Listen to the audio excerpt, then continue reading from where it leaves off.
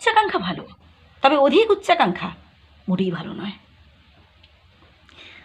দেখুন, আমি একটা পজিশনে রয়েছি, আমি চাইবো আরও ডেভেলপ করতে, ব্যাস ঠিক আছে।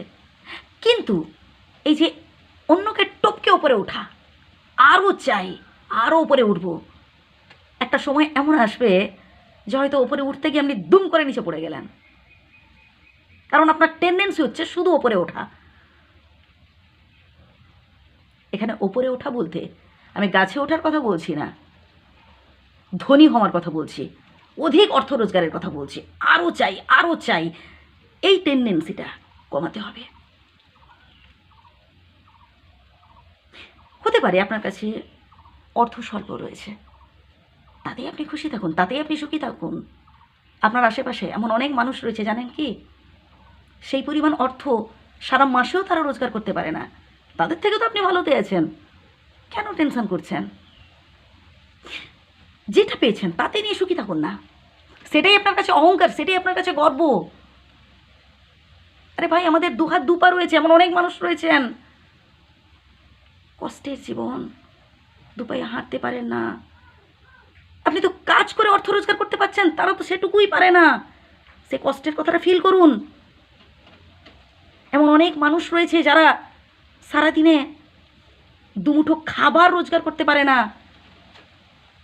কোনো দিন পায়, কোনো দিন পায় না। আচ্ছা, এটা কি জানেন, মাথার উপর ভগবান রয়েছেন, তিনি সব কিছু পরিচালনা করছেন। কি হবে তিনিই জানেন, ভবিষ্যতে কি হবে সেটা ভাবার দরকার নেই। উপরওয়ালার উপর ছেড়ে দিন, তার হাতে ছেড়ে দিন, যা হচ্ছে ভালোই হচ্ছে। যদি আপনার ব্যবসায় লোকসানও হয় বর্তমানে, হোক না, সেটা আপনার ভালোর জন্য হচ্ছে, এটা ভাববেন।